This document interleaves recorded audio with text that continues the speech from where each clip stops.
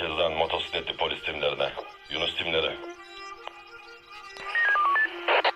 Bu vatan için canını vermeye her an hazır polis eşkali veriyorum.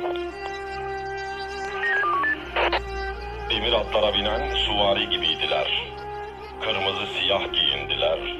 Ayağında bot, başında kask, sokaklara huzur güven verdiler. Gece gündüz, yaz kış demediler. Kırmızı mavi ışık gibiydiler. Onlar hep asildiler.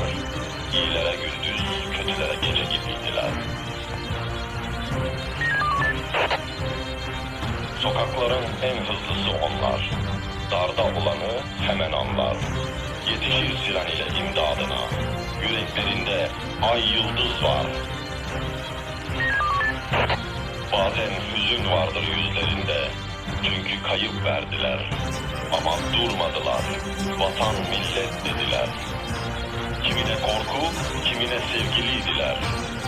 Şehadete koşan demir at üzerinde sipahiydiler. Korkusuz cengaverdiler. Nasip olmaz her polise. Kırmızı siyah kefen giydiler.